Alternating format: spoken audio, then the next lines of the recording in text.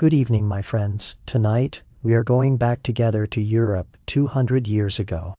There are cobblestone streets, stone slabs rolled over by carriage wheels, and palace spires faintly visible through the thin morning mist. And you are a princess, a girl who has grown up among velvet and silver candlesticks. Now, dim the lights with the sound of the bells. Let us enter tonight's story together. You open your eyes. The ceiling is very high, painted with little pink angels and great billowing clouds. Around it runs a border of golden relief patterns, making it look as though someone has soaked the entire room in a cream cake. You are lying in a large, somewhat extravagant bed. The bedposts are made of dark walnut, carved with grapevine patterns. Thick velvet curtains hang from the four corners in a deep wine-red color, carrying a faint scent of lavender. The quilt is heavy, filled with goose down. It presses warmly over your body and makes you not want to get up at all. But you have no choice. Outside the door comes a gentle knock, and then the door is pushed open. Two maids walk in, their movements light yet practiced. First they draw back the bed curtains, then open the window curtains. Morning light pours in through the French windows, illuminating every piece of furniture in the room. The silver-framed mirror on the dressing table, the porcelain wash basin in the corner, and a small upright harp that you almost never play. Next comes getting dressed. In the 19th century, getting dressed was a major undertaking. First you put on a linen chemise, pulling it down over your head.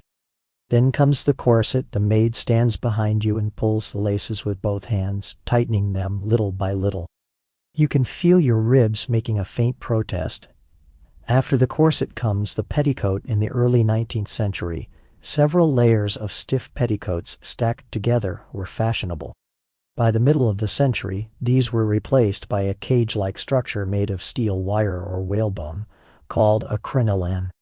This thing can make your skirt expand to a rather spectacular degree, so spectacular that when you pass through a doorway, you have to turn sideways, and when you sit down, the front of your skirt rises up like a small tent. Then come the outer skirt, sash, shawl, and gloves. Finally, the maid helps you coil up your hair and pins in a few small pearl hairpins. The whole process takes about 25 minutes. At last you can leave the bedroom. The corridor is long, with thick carpet laid across the floor. A row of ancestral portraits hangs on the walls. The people in those paintings all have more or less the same expression. Lips slightly pursed, eyes looking into the distance, as though every one of them is contemplating some profound philosophy of life. You pass through the corridor, descend a broad marble staircase, and arrive in the breakfast room. The table in the breakfast room is covered with a white linen tablecloth, set with silver cutlery and bone china plates. Your seat is on the left side of the table. Opposite you is your elder brother, His Highness the Crown Prince. At the moment, he still looks like nothing more than a boy who gets butter on his cuffs while eating bread. At the end of the table sits your father, His Highness the Prince. He is reading a newspaper. The newspaper is so large that it almost blocks his entire body from view.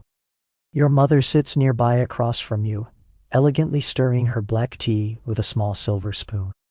Every one of her movements seems precisely calculated.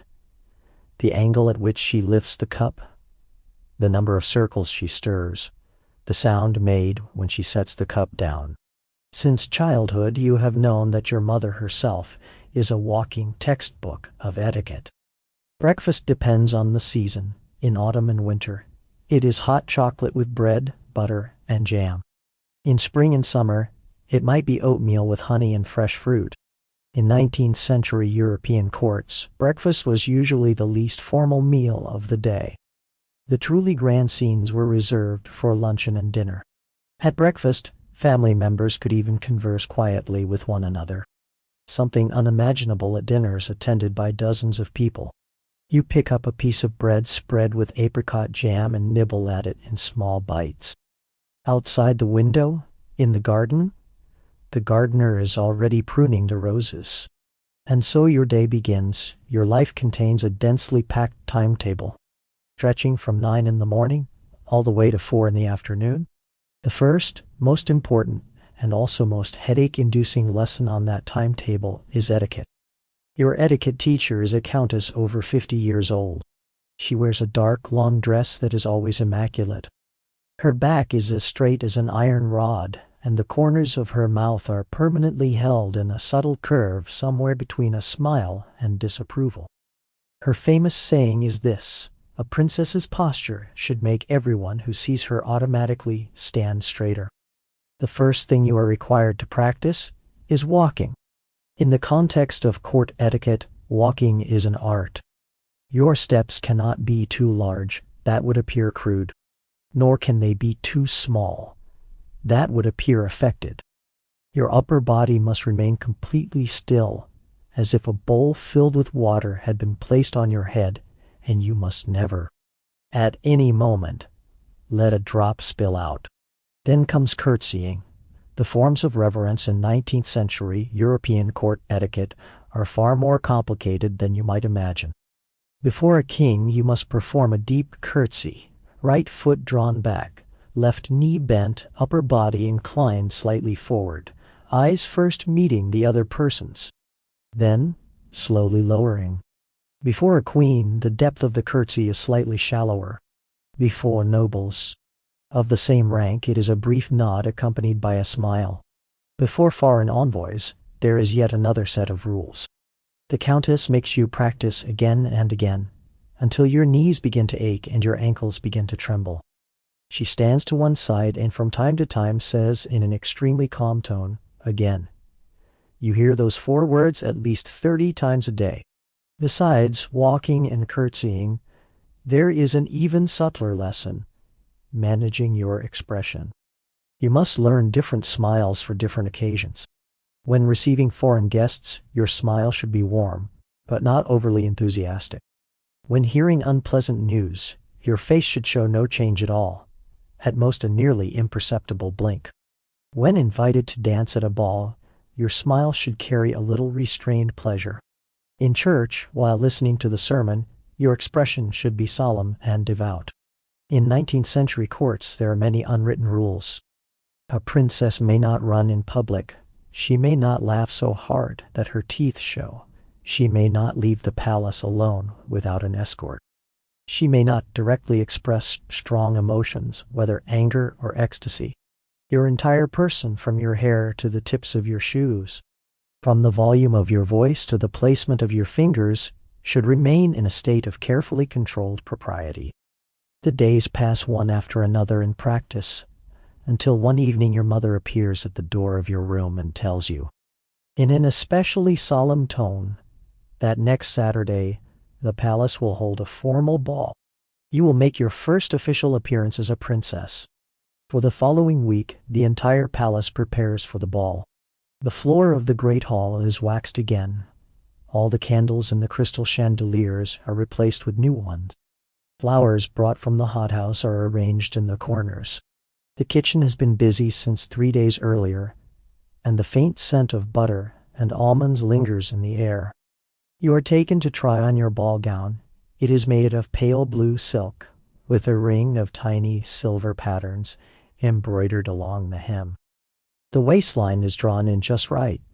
The sleeves are puff sleeves, a style very fashionable in the 1830s and 1840s.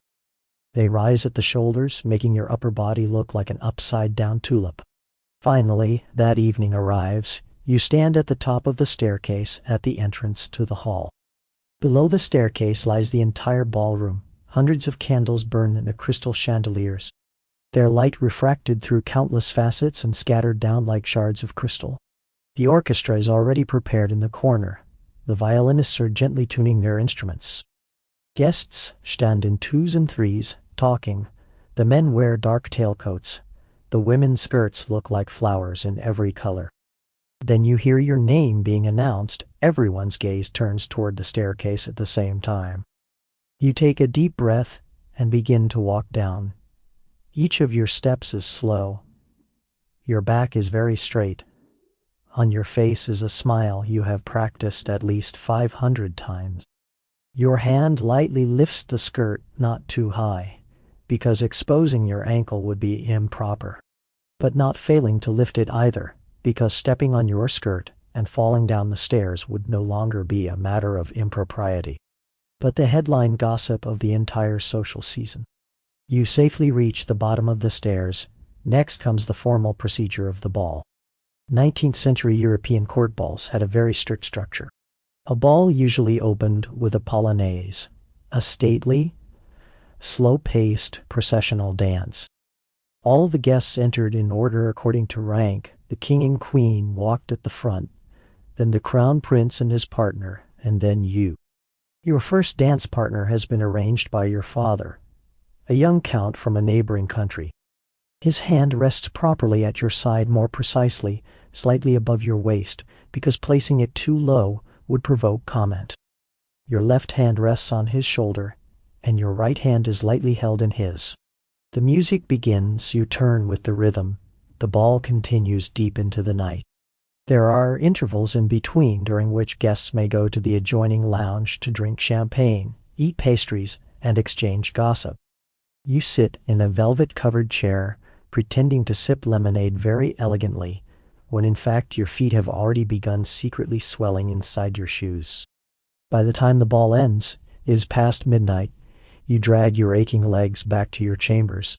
The maid helps you undo that beautiful but torturous gown. At last you can lie down on the soft bed, after the ball. Life returns to its daily track, but the track itself is quietly extending. As you grow older day by day, new subjects begin to appear on your timetable. Besides etiquette lessons, you now have French lessons, German lessons, painting lessons, and music lessons every day. In 19th century European courts, French was almost the common language of all high society. No matter which country you came from, French was the official language of diplomacy, literature, and social occasions. Your French teacher is a gentleman invited from Paris. When he speaks, his lips purr slightly, as though every syllable has been carefully tasted before he releases it. But your favorite time is not in the classroom. The back garden of the palace is very large, so large that you can walk for half an hour and still not see the end of it. The garden is in a typical 19th century European style. Geometrically symmetrical flower beds, boxwoods trimmed into cones, and gravel paths winding through patches of rose bushes. Farther in, the style gradually becomes less regular, and an English garden area appears, imitating the wild charm of nature. A winding stream, clumps of trees that seem casual but are in fact carefully designed, and a small Greek-style pavilion. At the end of the garden, there is a small hothouse, its exterior covered with ivy. The hothouse was originally used to cultivate flowers in winter, but you discover a forgotten corner inside it, facing several boxes of old books and a few discarded chairs. You clean one of the chairs, place it by the window, and sit down. This becomes your secret study. Here you read many things that are not quite suitable. Novels, poems, and some history books. But what interests you most are books on astronomy and physics. The books contain drawings of craters on the moon's surface and the rings of Saturn.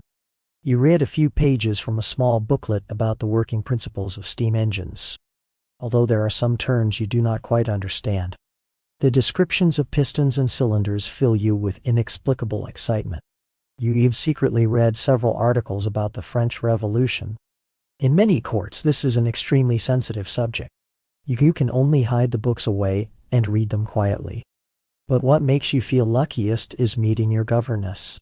Your governess is a woman in her 30s, born into a declining noble family.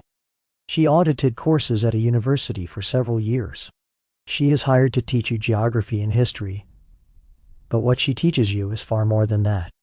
During geography lessons, she will suddenly stop and talk about the customs of some faraway country. When recounting historical battles, she will also explain the economic causes behind them. In fact, in mid-19th century Europe, it was almost impossible for women to receive higher education.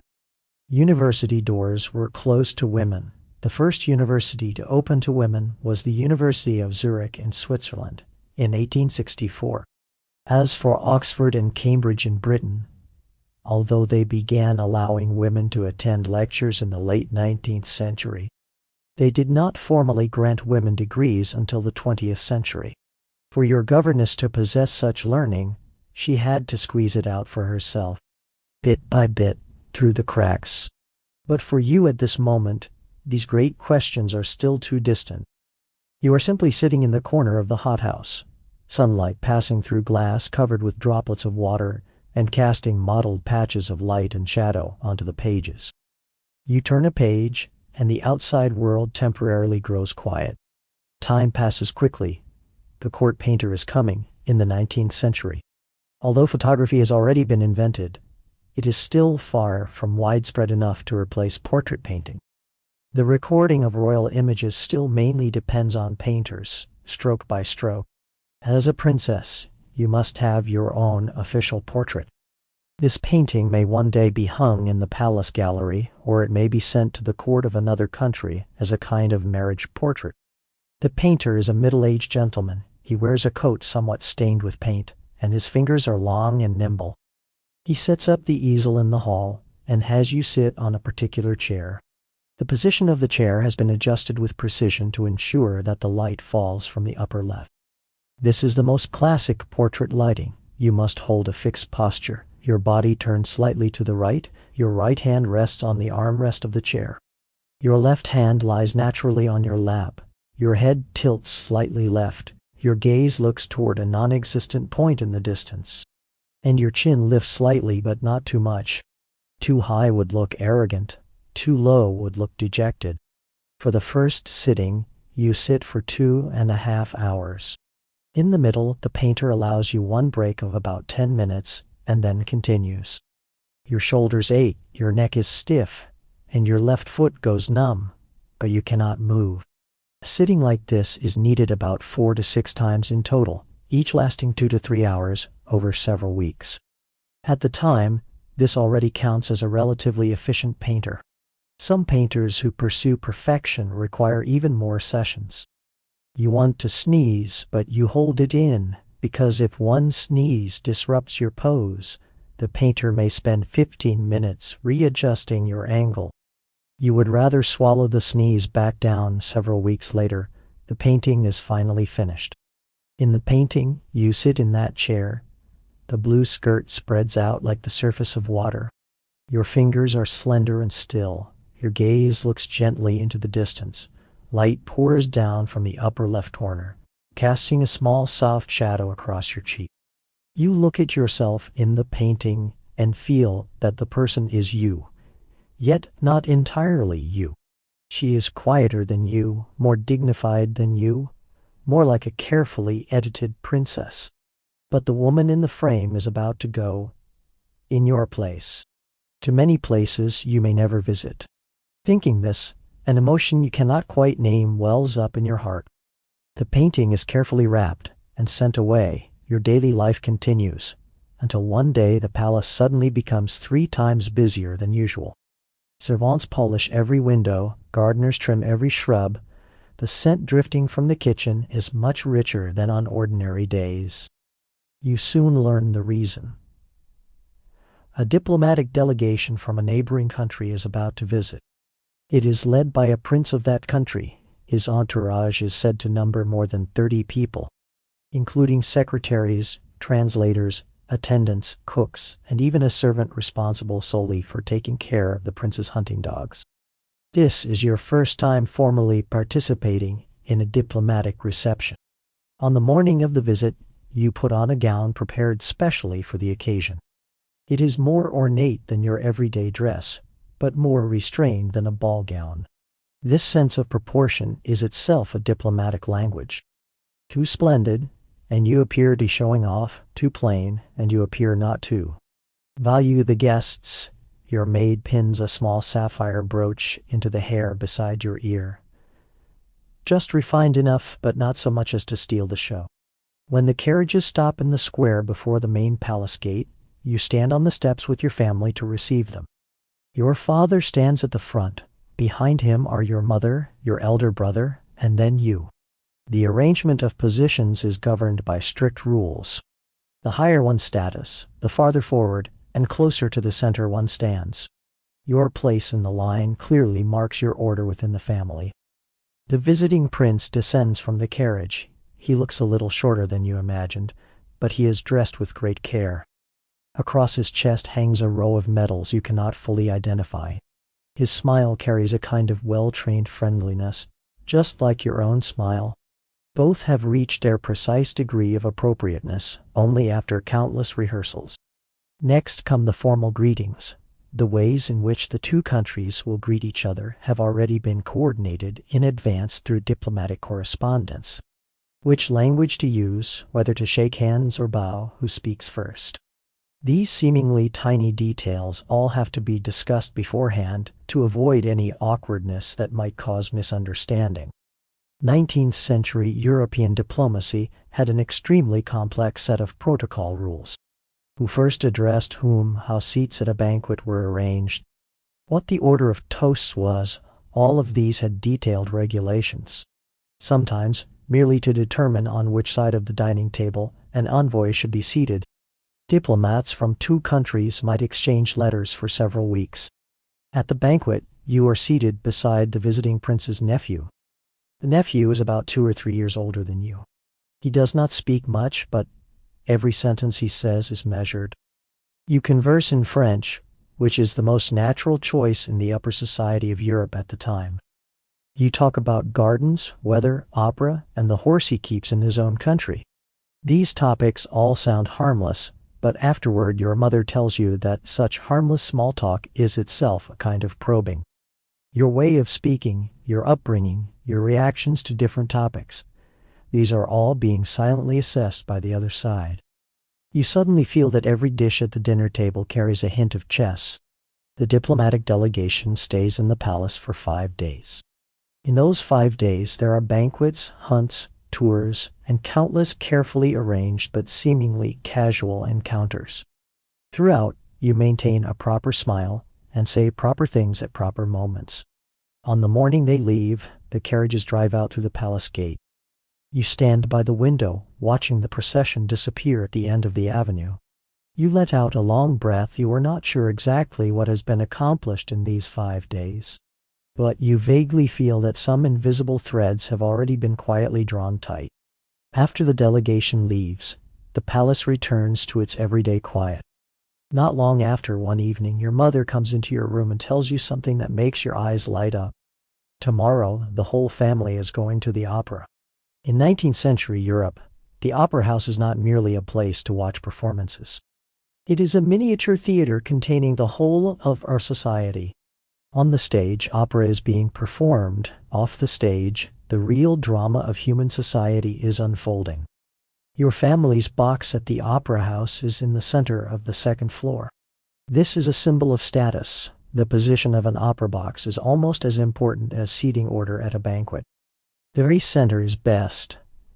Slightly off-center, but still within the main sight line comes next. Side boxes are next after that. Some noble families even possess a particular box for generations. That is not buying a ticket, it is a long-term lease. The decoration of the box is the family's own responsibility. Some even hang family paintings inside.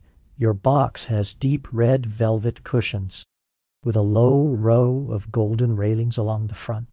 Your seat is in the front, so the people behind you will not block your view. Tonight's performance is an opera by Verdi. Verdi is one of the most important Italian opera composers of the 19th century. Several of his most famous works, La Traviata, Rigoletto, and Aida, remain standard repertoire in opera houses around the world to this day. When the curtain rises, you are briefly stunned by the scenery on stage. The background is a fictional Italian palace. The enormous columns and arches are all painted in oils on scenic flats. But once the lighting falls on them, they truly create an almost lifelike grandeur. The singers wear magnificent costumes, and their voices echo through the entire theater. You feel that the heroine's high notes seem capable of making the air beside your ears tremble slightly. But you soon discover something. Many people in the audience are not seriously watching the stage. In the box beside yours, a lady is holding a small pair of opera glasses not aimed at the stage, but at the box across the theater. She slowly moves the opera glasses from side to side, like a patient scout scanning a battlefield. You follow her gaze and look across, in the opposite box. A young countess seems to be wearing a new necklace. She is tilting her neck slightly so the jewels sparkle under the light. That is what a 19th century opera house is, a theater of seeing and being seen. During the interval, you accompany your family to the lounge. This is the true main stage of an opera evening. People walk back and forth holding glasses of wine, greeting each other and exchanging news. Your father is talking with several ambassadors. Your mother is discussing something with another princess. On the surface, they are talking about the plot of the opera. But you vaguely hear the names of several political figures. When you return to the box, the second half begins. You decide to listen seriously for a while. The soprano is singing an aria. The melody rises slowly, pauses for an instant at its highest point, then flows downward like water. You cannot fully understand the Italian lyrics, but you can feel the emotion in the voice. A sorrow that has been suppressed for a long time and has finally found an outlet. You sit in the velvet chair of the box. The crystal chandelier casts soft light above your head. Song spreads through the air. You think that perhaps some things can be understood without understanding the words. After the night at the opera house, life returns to the shape it ought to have. But one morning, a new item appears on your timetable: riding lessons.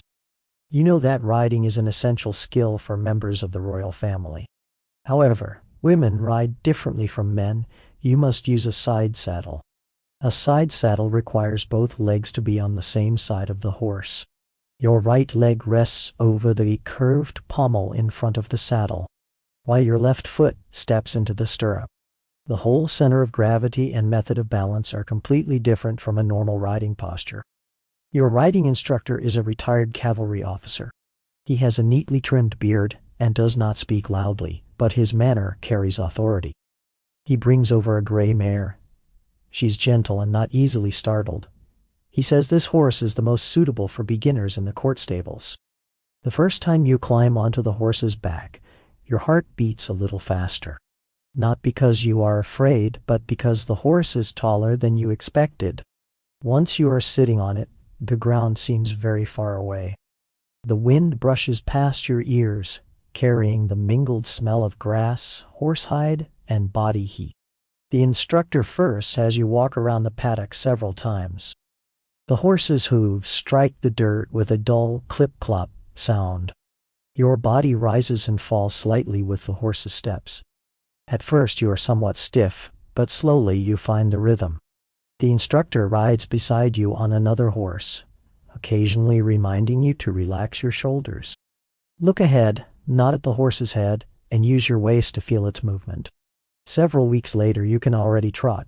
The feeling is marvelous. The wind grows stronger. The sound of hooves becomes more urgent, and the scenery begins to sweep rapidly past on either side. You feel that this is the first time in court life that you have truly felt speed. In those days, bound by rules, timetables, and etiquette. Only on horseback do you feel as if you are really moving, rather than merely being arranged to walk from one room to another. After learning to ride, you participate in a small hunt. It takes place on an autumn morning. The air is cold, sharp, and clear. A thin layer of frost lies over the ground. You wear a dark riding habit and a small riding hat. Following in the middle of the group, the horse's hooves crush the frost underfoot, making fine crackling sounds.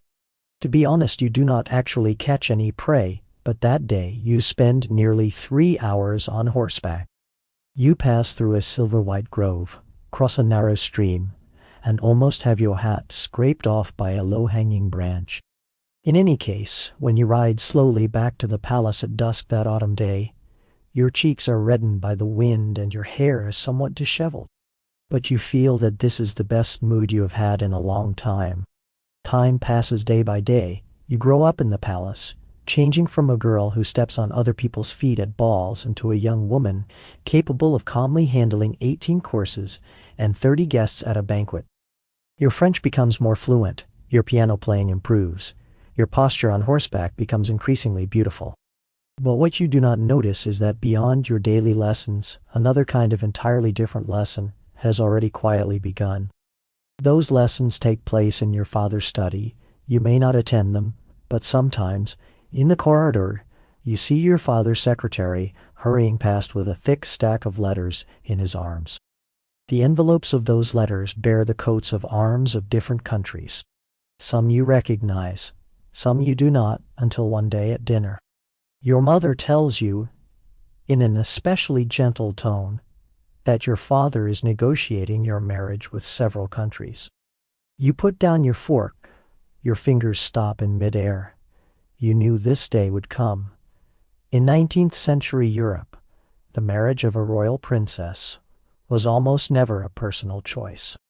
It was the combined product of diplomatic strategy, political alliance, territorial interest, and religious consideration. Where a princess married often depended on whom her country most needed to ally with at the moment, not on whom she herself wished to be with. The negotiation process for royal marriages was also unbelievably long. Some marriages could take years from the first tentative approach to the final signing of the engagement contract. The negotiations included, but were not limited to, the amount and composition of the dowry, the princess's title and status after arrival, whether she needed to change her religious faith, how many attendants she could bring with her, and even who would pay for her daily expenses. These clauses were written into detailed documents and repeatedly negotiated by diplomats on both sides. Your mother tells you that, at present, the most likely candidates come from two directions. One is the nephew of the neighboring prince whom you once met in the palace, the one who talked with you about horses and opera. The other is the crown prince of a more distant country, whom you have never met and have only seen in a portrait.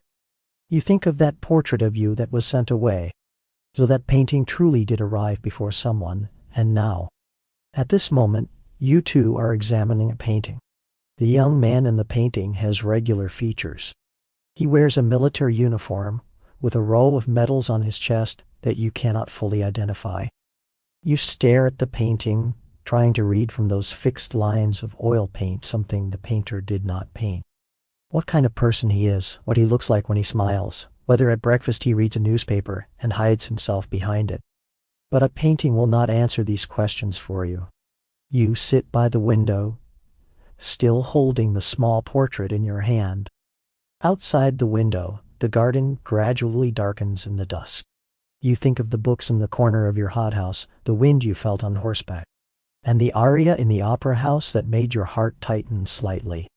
You do not know whether the place you are about to marry into will have gardens, fast horses, or opera. You place the painting back on the table and turn to look at everything in your own room. The silver candlestick by the bed, the pot of violets on the windowsill that you have tended with your own hands, the books on the shelf that you have already read many times. You begin to feel that these things you once took for granted may all have an expiration date. Over the next few months, the entire palace seems to have had some sort of acceleration button pressed. Your marriage is finally settled. You will marry the nephew of the neighboring prince, the young man you once spoke with at the banquet. You have heard his name many times now, so many times that sometimes you silently repeat it in your mind, trying to imagine from the rise and fall of its syllables a kind of familiarity. But at this moment you do not have much time to repeat the name, because the whole palace is frantically busy preparing for your wedding. First comes the dowry. The dowry of a 19th century European princess is an extremely solemn matter. It is not merely several trunks of clothing and a few pieces of jewelry. It is a carefully negotiated list involving cash, jewels, silverware, porcelain, linen, and even furniture. The scale of the dowry directly reflects how much importance your family attaches to the marriage, and at the same time it is used by the other side to assess your value. The word sounds uncomfortable, but in 19th century royalty, it is that nakedly explicit. Your mother personally supervises the preparation of the dowry. She writes a long list, and as you review it, you see written on it, 12 formal gowns, 12 sets of everyday clothing, 24 pairs of gloves, 6 shawls, 8 hats, 2 riding outfits, a full set of silver tableware, a small travel piano, 60 linen bed sheets, and a considerable quantity of jewelry, necklaces, bracelets, brooches, earrings, each with a detailed description and valuation. You feel that this looks more like a moving company's shipping inventory than a dowry. Then comes your wedding gown. The tailor and embroiderers have been working since 2 months earlier. The main body of the gown is white silk. The wedding dress is embroidered with the floral pattern from your family's coat of arms. Those tiny flowers are sewn by the embroiderers stitch by stitch. Each flower takes about half a day. The train is 3 meters long. When you walk, 2 maids will be responsible solely for carrying it behind you. Besides the gown, there is one more thing you need to prepare. Rehearsal. A 19th century royal wedding is a large ceremony arranged with strict precision. Who walks to which position at what time when the bride enters the church? Who extends a hand first when the rings are exchanged? Which pen is used to sign the marriage contract? All of these must be rehearsed beforehand.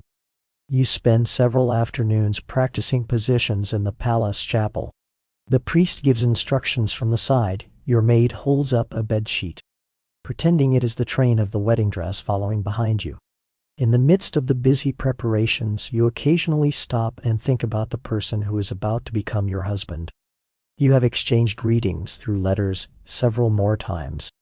His handwriting is neat, but a little stiff. His wording is polite and proper, but cautious, like the restraint a person has when speaking before a stranger.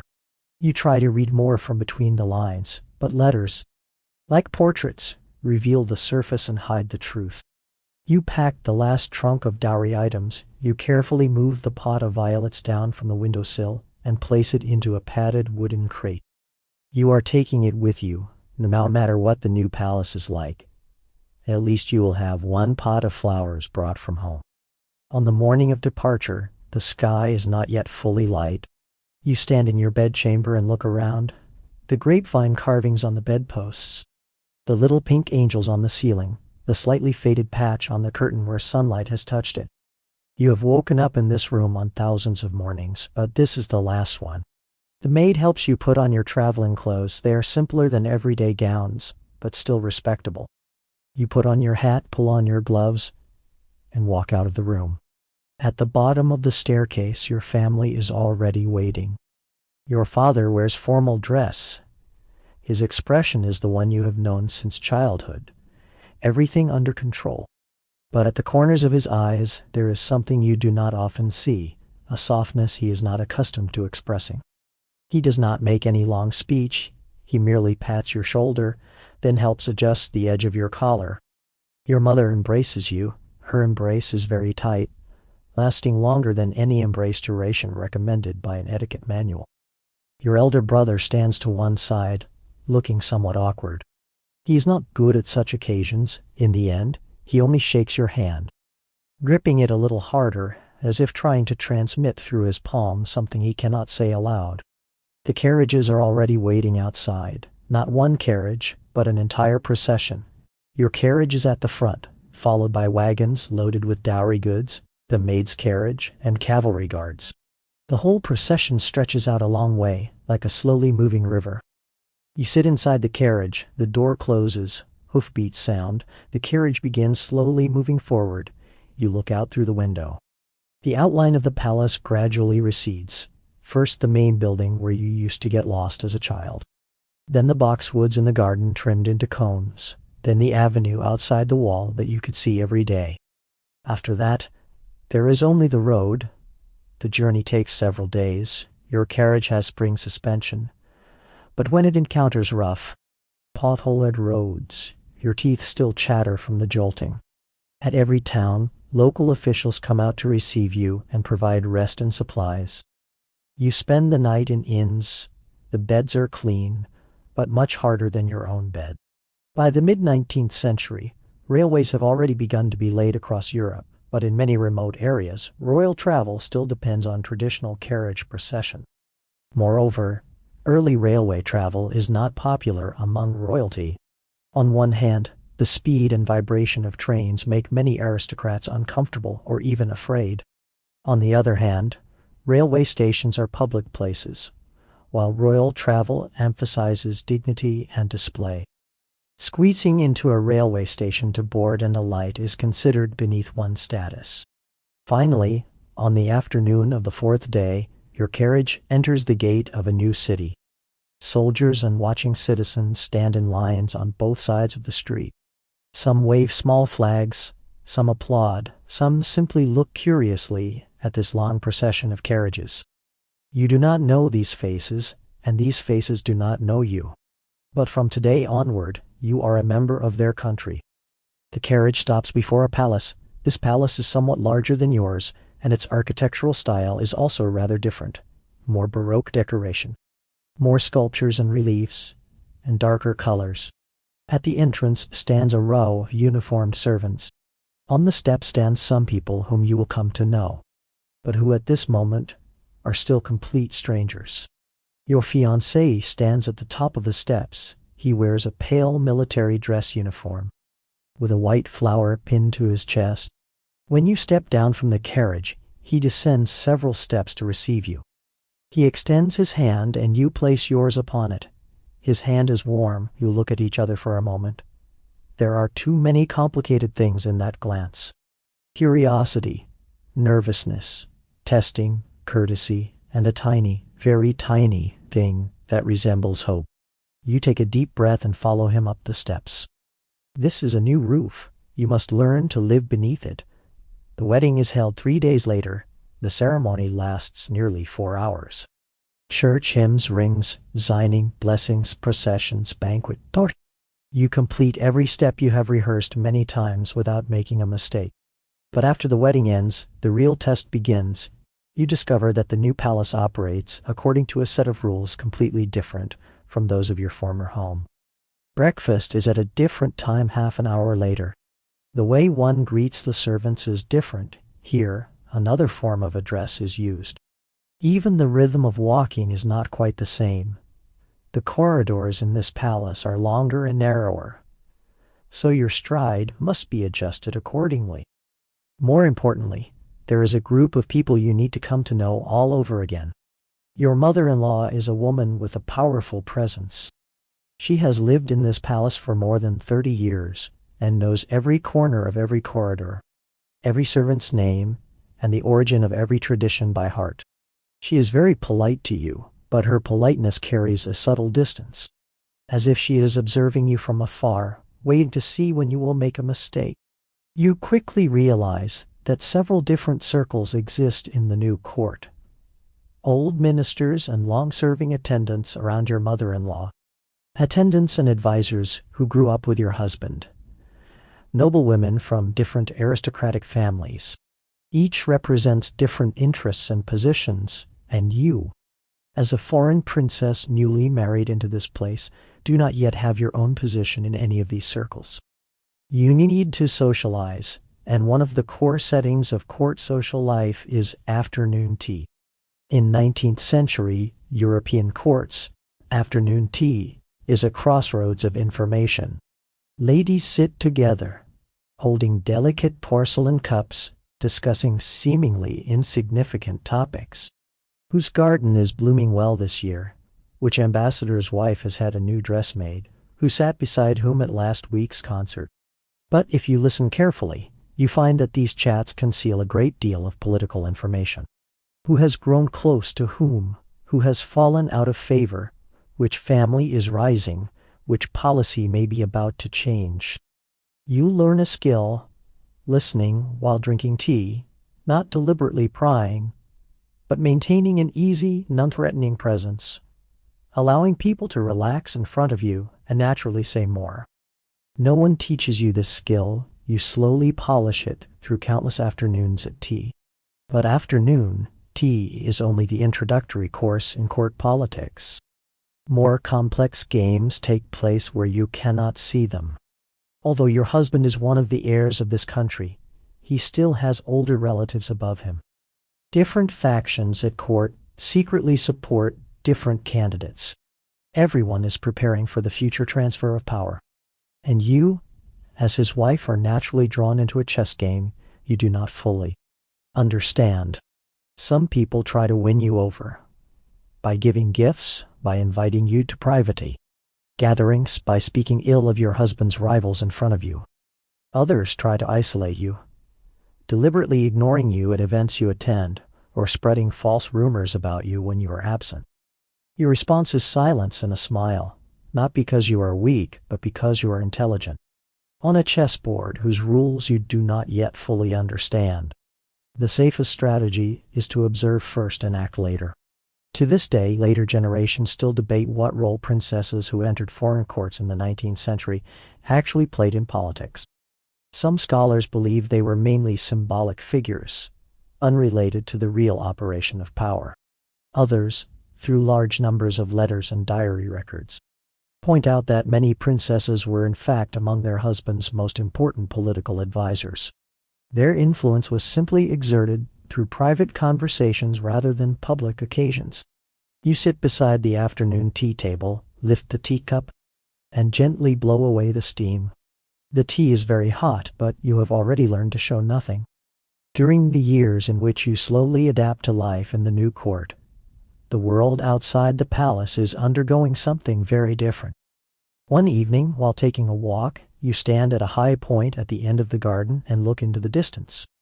You notice that on the horizon there are things that did not exist before. Chimneys. Those tall, thin, black columns stand along the distant skyline, gray-white smoke rising from their tops and slowly merging into the dusk. The Industrial Revolution has arrived at your doorstep. The 19th century is an era in which European industrialization advances at tremendous speed. Steam engines, textile factories, iron furnaces, railways, these new things completely transform the face of Europe within a few decades. Cities expand at unprecedented speed. Large numbers of peasants flood into cities and become factory workers. Railway tracks begin to appear across fields. Iron bridges are built over rivers. Your husband receives an invitation. A newly built railway line is to hold its opening ceremony, and the royal family is invited to attend. You go with him. The railway station is far noisier than you imagined. The sound of the steam engine is like some enormous animal breathing. Steam hisses out from the joints of the pipes. The rails reflect a cold light in the sun. A red carpet is laid on the platform, especially for the royal family, but the edges of the carpet have already been soiled by a ring of coal dust. For the first time, you board a train. The feeling is very strange. You sit in the compartment, and the scenery outside the window begins to move. Slowly at first, then faster and faster. Trees, houses, and fields rush backward at such speed that your eyes cannot focus in time. You grip the armrest tightly, not because you are afraid, but because you have never moved at such speed before. No carriage, no matter how fast, could possibly reach this speed. This is a completely new experience, making your heart tighten slightly while also filling you with inexplicable excitement. In the mid-19th century, the average speed of a train is about 30 to 50 kilometers per hour. At the time, this is already an astonishing speed. Some people even worry that the human body cannot withstand such velocity. There was once a popular claim that speeds above 50 kilometers per hour would cause people to suffocate or become emotionally deranged. Rumors about trains do not stop there. In the early 19th century, when railways first appeared, some people worried that trains passing through farmland would frighten cows and cause milk production to fall. Others believed that railways would destroy the natural scenery along their routes and profane the world created by God. But very soon, these objections were drowned out by the enormous economic benefits brought by railways. By the second half of the 19th century, Europe's railway network was already highly developed, and trains had become the principal form of long-distance transportation. Yet the Industrial Revolution brings not only trains and factories, It also brings profound changes to social structure. A completely new class is rising: the industrial bourgeoisie. They accumulate great wealth by operating factories, mines, and trade. Some have assets that surpass those of traditional aristocratic families. These new elites begin seeking political influence and demanding participation in national governance. At the same time, large numbers of factory workers labor under harsh conditions. Slums spread along the edges of cities. Social tensions grow increasingly sharp. In your husband's study, you occasionally see reports and correspondence about these issues. Workers demanding shorter hours and higher wages. Some intellectuals beginning to spread new ideas about social equality. Worker organizations and early trade union movements already appearing in certain countries. All of this is an enormous question mark for the royal family to which you belong. The old aristocratic order is built on land and bloodline, while the new world seems to be redefining power with money and machine. You vaguely feel that the world in which you grew up, that world made of balls, palaces, carriages, and portraits, is being slowly eroded from its edges by a force you do not fully understand. On the train back, you lean beside the compartment window. The rails make a rhythmic clacking beneath the wheels, like a song you do not understand. Outside the window, the fields turn into a blurred dark green in the dusk, while the lights of distant factories look like stars that have fallen to the ground. You close your eyes in the rocking of the train. The world is changing, and you are in the middle of that change. While the Industrial Revolution overturns the world outside, life inside the palace appears on the surface to remain as before. But within these unchanged days, you begin doing some things that are not quite the same. You hear that a retired female teacher in the city is running a small school for girls, teaching reading, writing, and basic arithmetic. But because of a lack of funds, the school is at risk of closing at any time. Through your maid, by a roundabout route, you learn more about it. Then you use a small portion of the money you may freely dispose of from your dowry to support the school anonymously. In many 19th-century courts, a princess openly funding commoners' education, especially girls' education, might be interpreted as a challenge to the existing social order. Your mother-in-law would not like it. Conservative ministers would frown. Even your husband might think it unnecessary, so you choose a quiet path. This is not some earth-shaking deed. The school has only a little over 20 students in total, and what it teaches is very basic. But you feel that if those 20 or so girls can learn to read and write because of it, then perhaps their lives will gain some choices you yourself never had. Besides supporting the school, you also begin collecting plant specimens. You notice a small flower you do not recognize at the edge of the garden. Its petals are pale purple, and the shape of its leaves is unusual. You pluck it, press it inside a book, and bring it back to your room. Then you begin looking through botany books, trying to identify it. From then on, you begin systematically collecting and recording plants in the garden and surrounding area.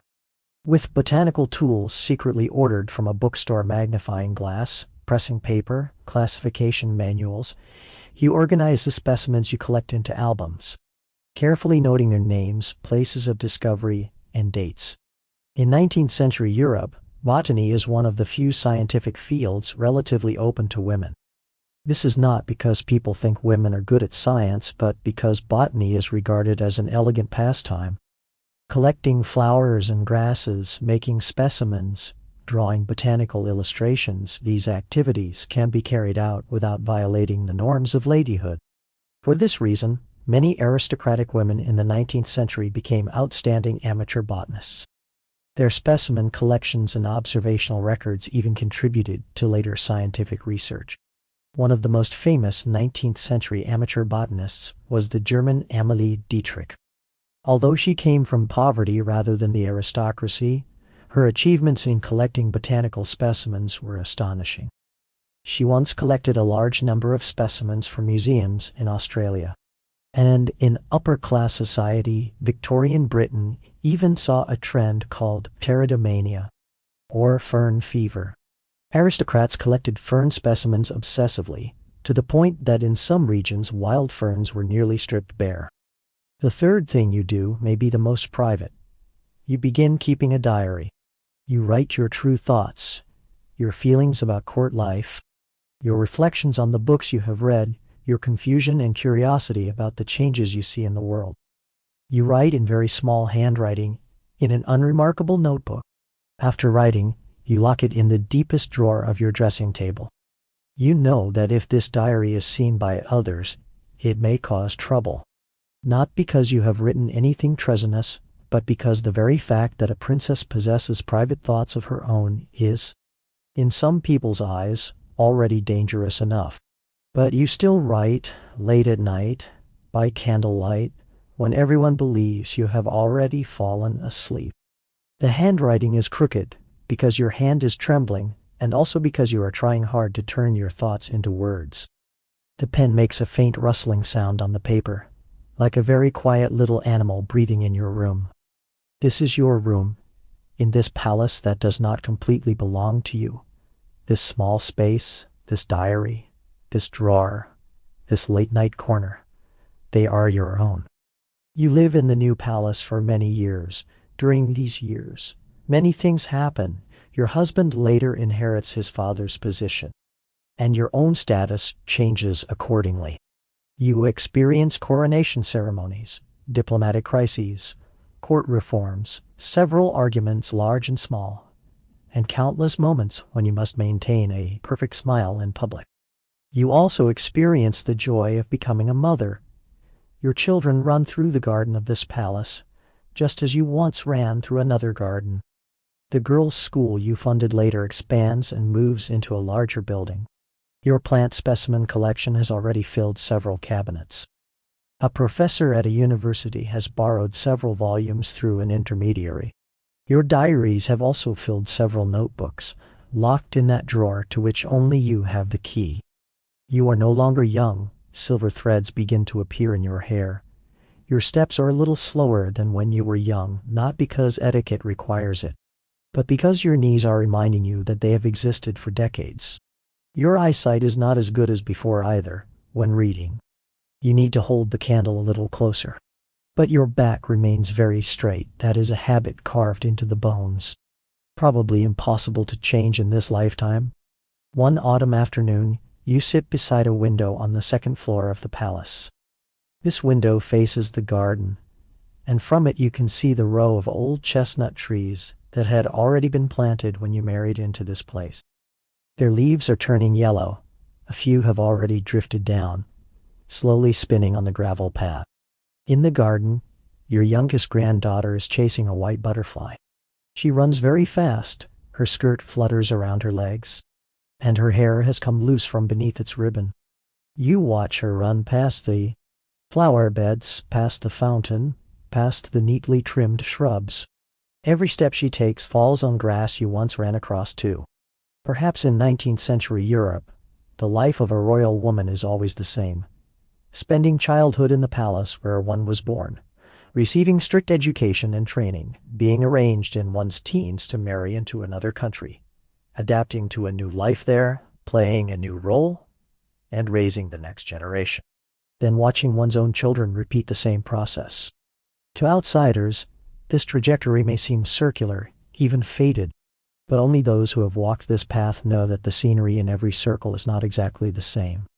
Your mother experienced her circle, you experienced yours. As for your daughters and granddaughters, where their circle will lead, you are not sure. But you know that the world is already very different from the one into which you were born. Railways connect cities that were once distant. The telegraph allows messages to cross borders within hours.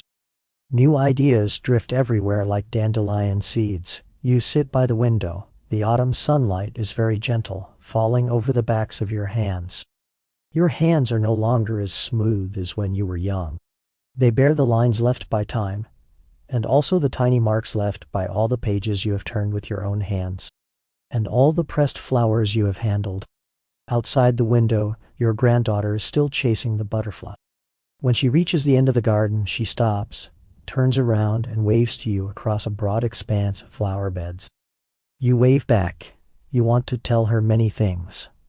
about the discomfort of a tightly laced corset, about the first step at a ball, about the courage of slowly learning to live in a strange palace, about the trembling of your fingers while writing a diary by candlelight late at night. But you say nothing, because some things can only be understood after one has walked through them oneself. You raise your head and glance at the sky. The sun is slowly sinking behind the row of old chestnut trees at the end of the garden, dyeing the whole sky a warm orange pink. The air carries the distinctive scent of autumn, fallen leaves, earth, and the aroma of dinner drifting from the distant kitchen. You close your eyes and lean back a little in the chair by the window. This life from that morning when you opened your eyes in a bedchamber filled with velvet, to this golden dusk now has been like a very, very long opera. It had a magnificent overture, surging climaxes, quiet interludes, and brief moments when you stood alone backstage, taking deep breaths.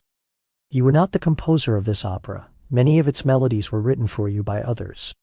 But in the blank spaces between those melodies, you quietly added a few notes of your own.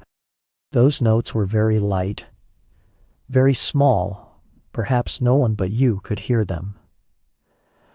But they were there. The light in the garden grows softer and softer. Your granddaughter has already run back inside the palace, and her faint laughter comes from the corridor. In the distance, the clock tower strikes 5.